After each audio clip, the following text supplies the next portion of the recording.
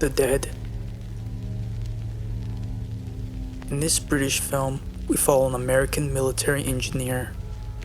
He's the sole survivor of a plane crash off the coast of Africa, where the dead are coming back to life. Throughout the film, he tries to reach a northern military airfield, then comes across a local African soldier who is searching for his son. They both join forces to fight the undead across Africa. This film really surprised me. It isn't like most modern zombie films that rely heavily on action and that have running zombies. This one stays classic. It has the slow Romero zombies, which I love. It's also shot in 35mm film, not digital, which gives it a more classic look and feel. The whole film is also shot in Africa, which is different from most zombie flicks, and gives the film a unique look, and it's all beautifully shot. The makeup and special effects are incredible, and there's very little CGI in this film. Check this one out. Pandemic. After a worldwide pandemic, in hopes of finding a cure, a doctor goes to Los Angeles and leads a team to rescue uninfected survivors who are rumored to be in a school. This movie has a lot of bad reviews. Although this movie is filled with flaws, I don't think it deserves all the negative reviews. It's not as bad as people say. It's a decent and entertaining zombie flick. It's not a zombie film for everybody. The film is shot entirely in a first-person point of view, like a video game, or the film Hardcore Henry, which gives the movie a unique look. It has some good sequences throughout. Some of the characters make a lot of stupid decisions, but like I said, it has its flaws. But overall, it's a solid, entertaining B-movie. The Horde.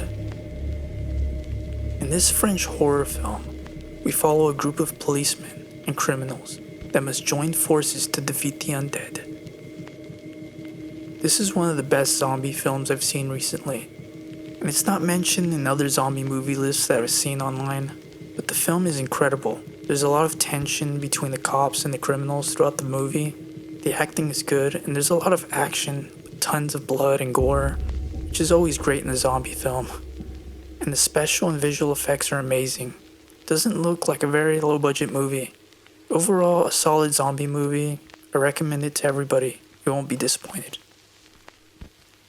Night of the Living Dead.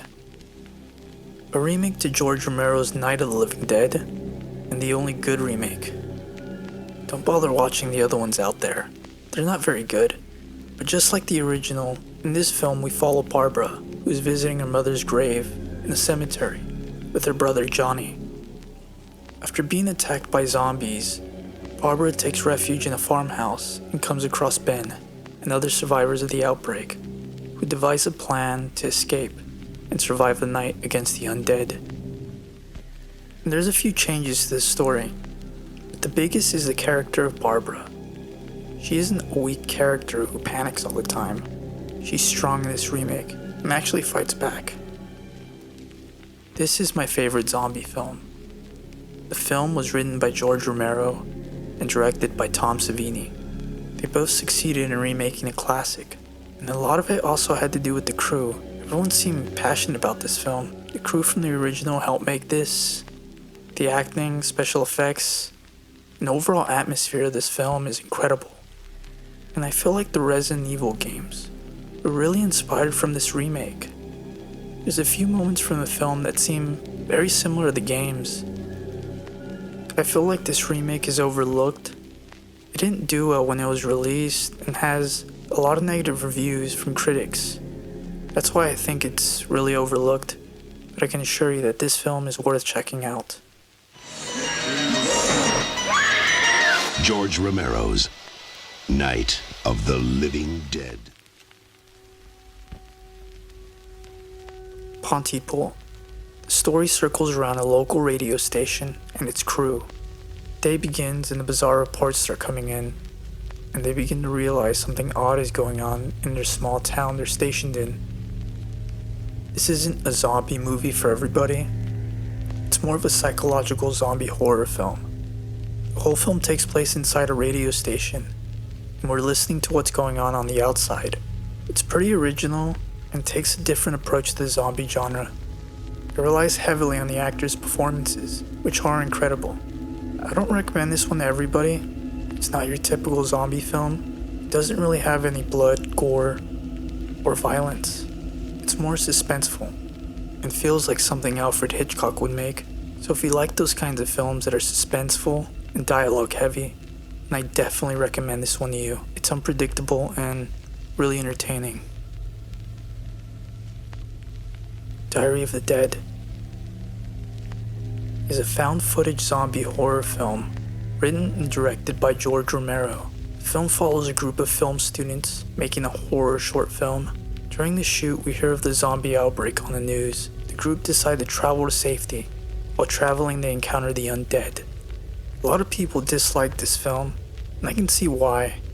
The characters aren't very interesting, and the film is full of cliches and other problems. It's definitely one of George Romero's weaker zombie films, but despite all its flaws, it's still a very entertaining zombie movie, and still has that Romero feel to it. If you can overlook those flaws, and not expect this to be one of Romero's best, then I think you'll have a really good time watching this one. I enjoyed it. Rambak, Berlin Undead. In this German film, we follow a man and a plumber who barricade themselves in an apartment during a zombie outbreak. Together, they try to escape. Sounds a little unoriginal, but trust me, this low-budget movie is worth watching. It's pretty fast-paced, the movie's just an hour long, and relies a lot on tension and suspense, rather than gore. It isn't anything too original, but it's a well-done movie, with realistic characters. Overall, a solid film. Check this one out. I'll be posting more lesser-known videos like this soon, and more horror-related content. I hope you guys enjoyed the video. If you haven't already, subscribe to Pure Horror TV for more horror-related content. Until next time.